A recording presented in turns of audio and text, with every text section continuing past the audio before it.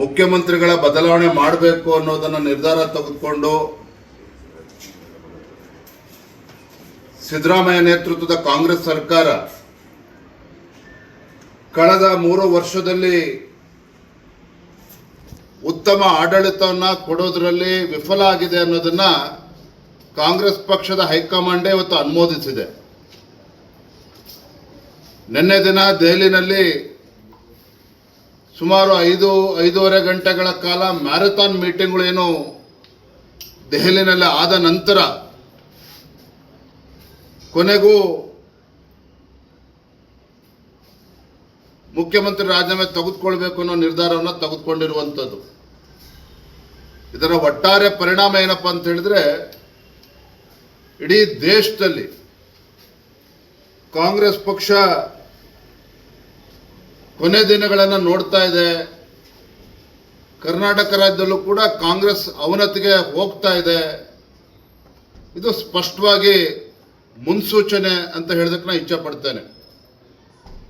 ಸಿದ್ದರಾಮಯ್ಯನವರು ಮುಖ್ಯಮಂತ್ರಿ ಸ್ಥಾನದಿಂದ ಇವತ್ತು ನಾಳೆ ರಾಜೀನಾಮೆ ಕೊಟ್ಟು ಯಾರು ಮುಖ್ಯಮಂತ್ರಿ ಆಗ್ತಾರೆ ಅನ್ನೋದು ಮುಖ್ಯ ಅಲ್ಲ.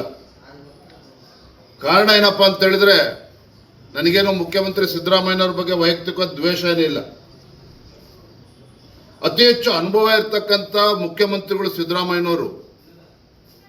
ಬಹುಶಃ ದಕ್ಷಿಣ ಭಾರತದಲ್ಲೇ ಇತರ ರಾಜ್ಯಗಳ ಕಂಪ್ಯಾರಿಸನ್ ಅನ್ನು ನೀವು ಮಾಡಿದ್ರೆ 10 ಲಕ್ಷ ಕೋಟಿ ರೂಪಾಯಿ ಸಾಲಗಳನ್ನು ಇವತ್ತು ಸಿದ್ದರಾಮಯ್ಯನವರು ಮಾಡಿರುವಂಥದ್ದು.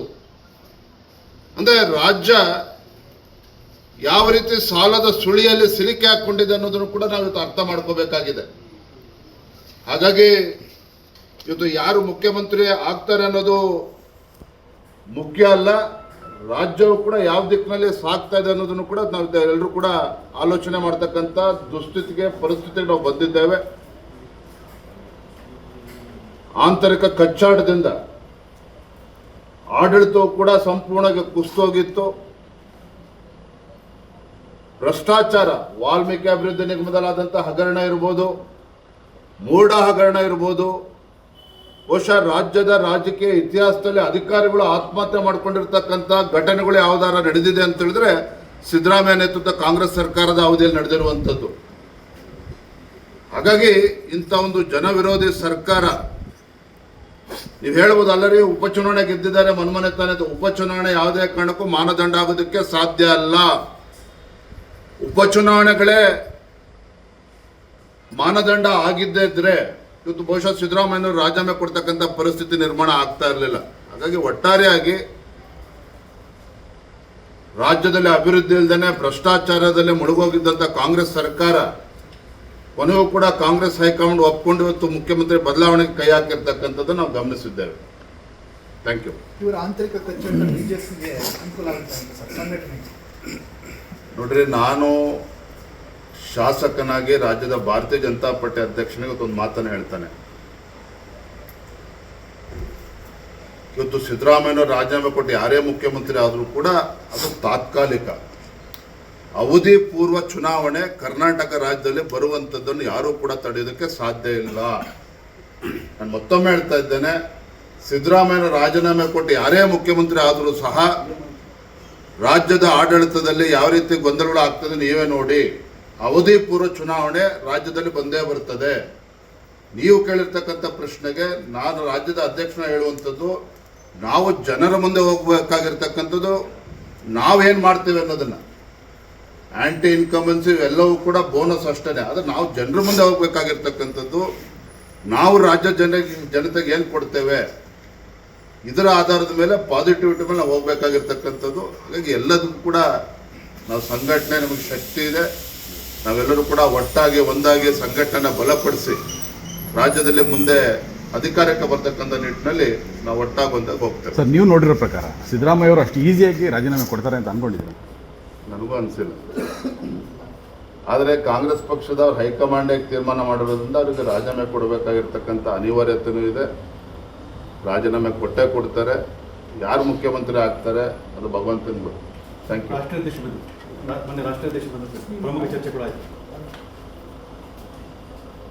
ರಾಷ್ಟ್ರೀಯ ಅಧ್ಯಕ್ಷರು ನಿತಿನ್ ಅಭಿನ್ಜಿಯವರು ಮೊದಲ ಬಾರಿಗೆ ಕರ್ನಾಟಕಕ್ಕೆ ಬಂದಿದ್ದರು, ಬೆಂಗಳೂರಿನಲ್ಲಿದ್ದರು. 2-3 ದಿನಗಳ ಕಾಲ ಸಂಘಟನಾತ್ಮಕವಾಗಿರ್ತಕ್ಕಂಥ ಸಭೆಗಳು ಕೂಡ ಆಯಿತು. ಶಾಸಕರು, ಸಂಸದರು ಎಲ್ಲರ ಜೊತೆಲೂ ಕೂಡ ಸಮಾಲೋಚನೆ ಕೂಡ ಮಾಡಿದರು. ಮತ್ತು ಯುವಕರ ಜೊತೆ ಸಂವಾದನೂ ಕೂಡ ಮಾಡಿದ್ರು.